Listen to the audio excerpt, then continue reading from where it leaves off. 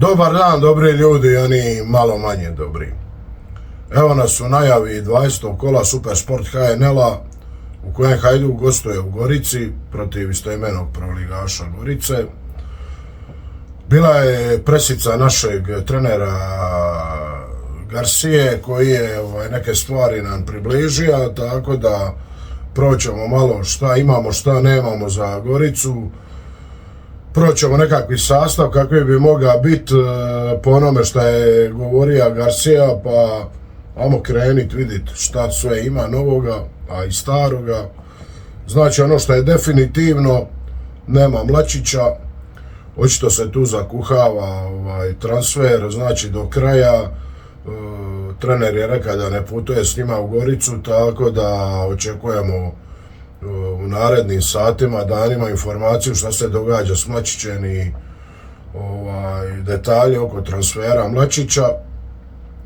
Ono što je, to je možda, ajmo reći, jedna pozitivna vijest s obzirom na sve, s obzirom da nam oslobađa, ako se realizira taj transfer, možda nekakve ulazne transfere koji trenutno stoje zbog financijskog fair playa dok ne prodamo našeg igrača, tako da, ajmo reći, jedna pozitivna, jedna negativna je da Almena definitivno nije u sastavu, da je ozlijeđen, tako da vidjeli smo svi Lončarovo iščuđavanje za faul, a u biti iščuđavanje svih nas kako nije sankcionirano malo žešće sa žutim, ako ne i malo jače s obzirom na start kakvi je bio i da se radilo čisto o ozljedi igrača.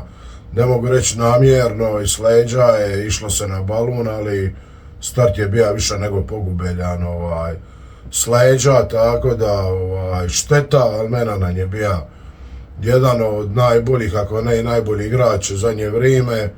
Puno toga je donosio u razigravanju, u dinamici same igre, nedostaće nam sigurno, ali koga nema, bez njega se mora.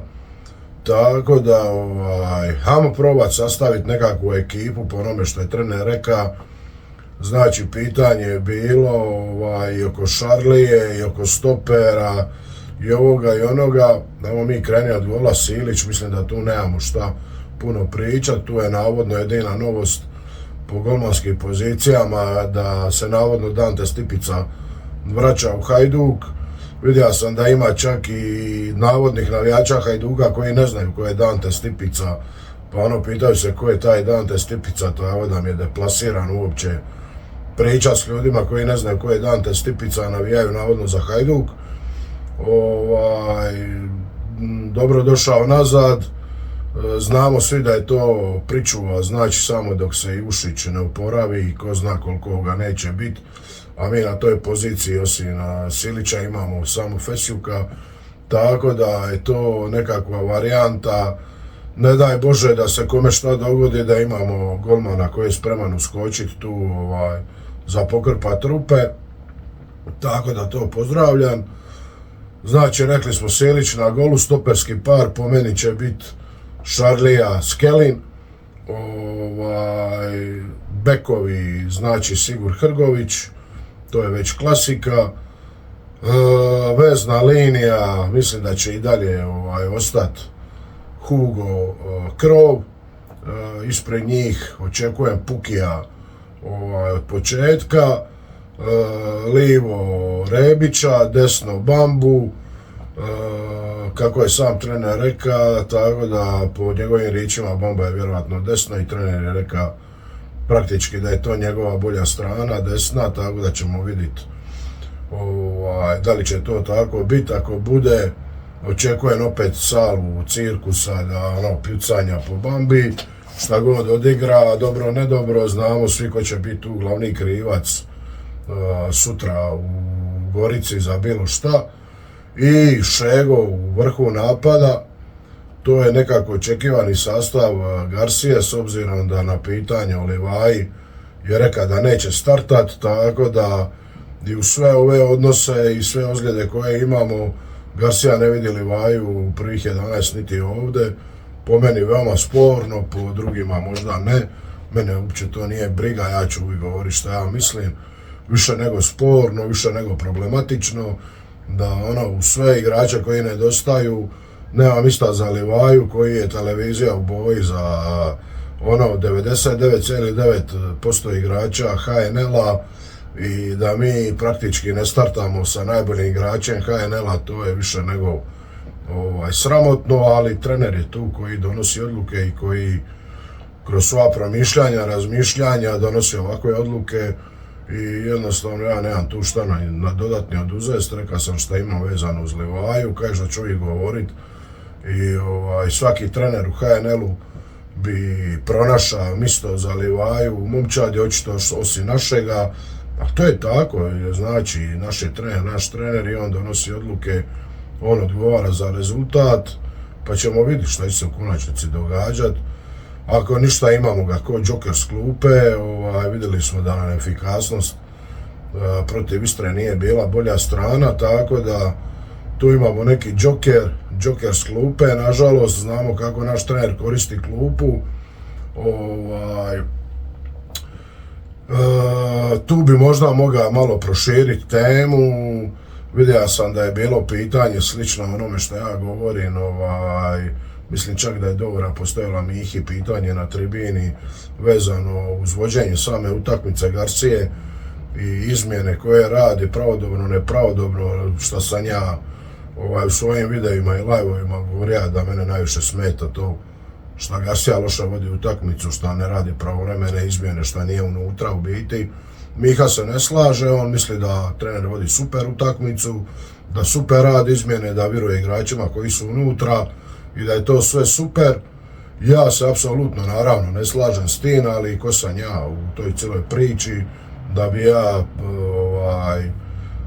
oponira Mihi i našem treneru, ipak ja nisam trenirao nogomet, oni jesu i imaju neka znanja veća od mene, tako da ostavit ću to jednostavno da bude tako i vidit ćemo šta će se događati. Ja sam isto pobornik toga da bez obzira šta ostavljanjem igrača u igri možda trener daje na važnosti nekom igraču i govori mu sentimentalno da na nekoj razini da u biti bude tu, da vjeruje u njega, da ovo, da ono, ja mislim da je batina izašla iz raja i da nekim stvarima se daje na znanje da nisi pružio dovoljno. Kažu da nemamo dovoljno široku klupu, pa da ti igrači koji uđu da neće dati ono što daju ljudi koji su unutra. Ja se isto ne bi složio. Ja mislim da treba pružiti šansu i drugima da donesu svoju energiju, da pokušaju, da se potrude, jer svaki oni koji čeka da uđe sigurno želi pružiti nešto više kako bi izborio svoju poziciju.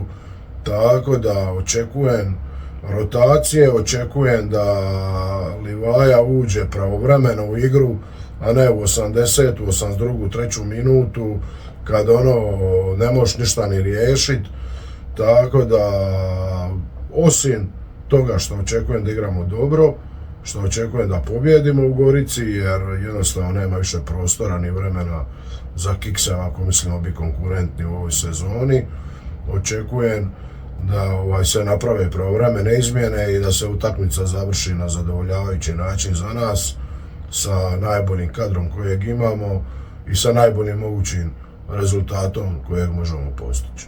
Definitivno da smo na nekim pozicijama jači u odnosu na utakmicu protiv Istre, na nekima smo slabiji nažalost, ali definitivno imamo dovoljno resursa, kadrova i unutrašnjih rezervi da sve te pozicije dobrano pokrpamo i da izađemo dobri i da izađemo igrati protiv momčadi koja praktički se bori za opstanak. Mi se borimo za vrh i mislim da to se i na terenu treba prikazati, da je došlo vrijeme da Hajduk jednostavno svoje utakmice odradi, vodi cijelu utakmicu i privede kraju kako to treba biti, jer previše toga tu bude, visi u zraku tokom cijele utakmice, dugo toga čekamo.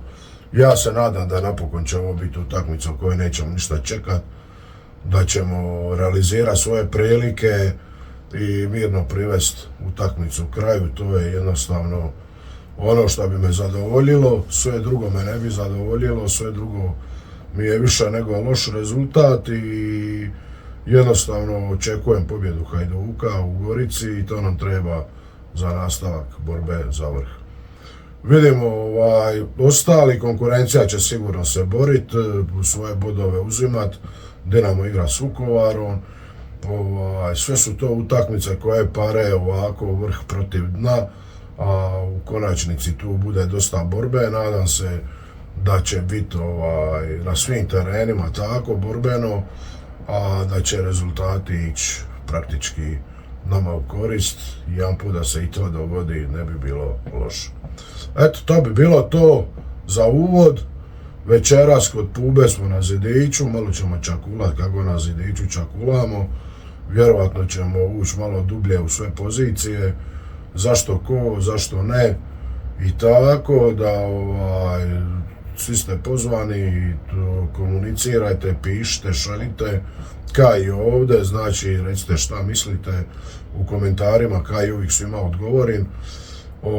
Uvijek se ispričamo o svemu, tako da like, share, subscribe, kao i uvijek ima nova opcija razglasi, pa razglasi, da dođe šta dalje ova hajdučka naša priča. Tako da to bi bilo to. Sutra, ja mislim, u 3 ure igramo u Gorici, pa do onda, a u međuvremenu Zidić naravno, a do onda dobro mi stojite i ništa, idemo jako, idemo hajdučki onako kako jedino znamo. A zašto? Zato jer Hajduk živi vječno, a svima ostalima kako bude. Pozdrav!